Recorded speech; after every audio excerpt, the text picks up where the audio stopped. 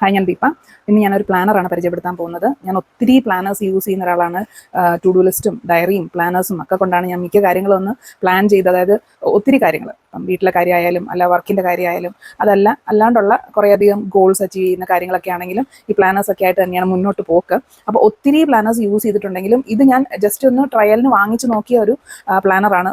ഇപ്പോൾ ഡിസംബർ ആയല്ലോ, അപ്പോൾ 2025 വാങ്ങിച്ച ഒരു ഡയറി അല്ല, പ്ലാനറാണ്. അപ്പോൾ ഒട്ടും പ്രതീക്ഷിച്ചില്ല, ഞാൻ ഉദ്ദേശിച്ച രീതിയിൽ എനിക്ക് ഉദ്ദേശിച്ച പോലെ തന്നെ ഒരു സംഭവം കിട്ടിയപ്പോൾ അതൊന്ന് ഷെയർ ചെയ്യാമെന്ന് കരുതി. ഇത് ഞാൻ ആമസോണിൽ നിന്നാണ് വാങ്ങിച്ചു കേട്ടോ. ഇത് എന്താ നിയോറ എന്ന് പറയുന്നൊരു ബ്രാൻഡാണ്. ഇതിൻ്റെ ആ ഒരു സൈസ് തന്നെ വളരെ ചെറുതാണ്, പക്ഷേ ഭയങ്കര പവർഫുൾ ആയിട്ടുള്ളൊരു സംഭവമാണ്. ഇതൊരു ഇയർലി പ്ലാനറാണ്. മന്ത്ലി വീക്ക്ലി പ്ലാൻ ചെയ്യാം.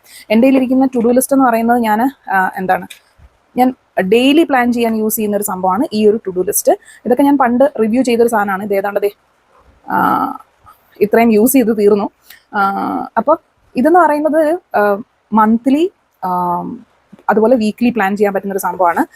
ഇത് ഫസ്റ്റ് തന്നെ കുറച്ച് കോണ്ടാക്ട്സും കാര്യങ്ങളും, വിഷൻ ബോർഡ്, പിന്നെ ആ ഒരു ഇയർലി റിവ്യൂ, പിന്നെ വന്നിട്ട് ഓരോ മന്തിലെ ഇതെനിക്ക് ഭയങ്കര അത്യാവശ്യമുള്ളൊരു കാര്യമാണ്. കാരണം കസ്റ്റമേഴ്സൊക്കെ പറയുമ്പോൾ എനിക്ക് ഇന്ന ഡേറ്റ്സ് ഫ്രീ ആണ് എന്നൊക്കെ അറിയാനായിട്ട് എനിക്ക് ഇതുപോലൊരു സംഭവം എല്ലാ പ്ലാനേഴ്സിലും ഉണ്ട്. ഇത് പക്ഷേ കുറച്ചും കൂടെ യൂസ്ഫുൾ ആയിട്ടുള്ള രീതിയിലാണ് അവർ ലേ ഔട്ട് ചെയ്തേക്കുന്നത്.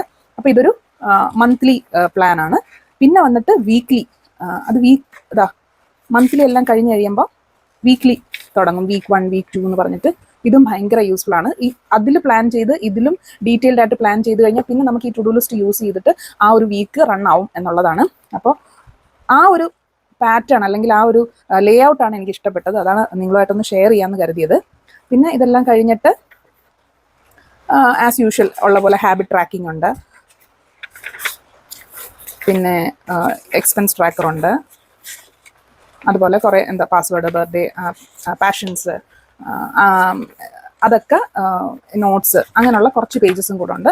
ഭയങ്കര ഒരു യൂസ്ഫുൾ ആയിട്ടുള്ള സംഭവം. നമുക്കൊരു ഐഡിയ കിട്ടാൻ വേണ്ടിയിട്ട് അവരൊരു ഗൈഡും കൂടെ തന്നിട്ടുണ്ട്, ഇതെങ്ങനെ യൂസ് ചെയ്യണം എന്ന്. അപ്പോഴാണ് അതിൻ്റെ ഒരു കറക്റ്റ് രീതിയാണെങ്കിലും നമുക്കും മനസ്സിലാവുന്നത്. അപ്പോൾ എനിക്കിത് ഭയങ്കര യൂസ്ഫുൾ ആയിട്ട് തോന്നിയോണ്ടാണ് ഷെയർ ചെയ്യുന്നത്. ഞാൻ എൻ്റെ ലിങ്ക് താഴെ കൊടുത്തേക്കാം, ചെക്ക് ചെയ്ത് നോക്കാം കേട്ടോ.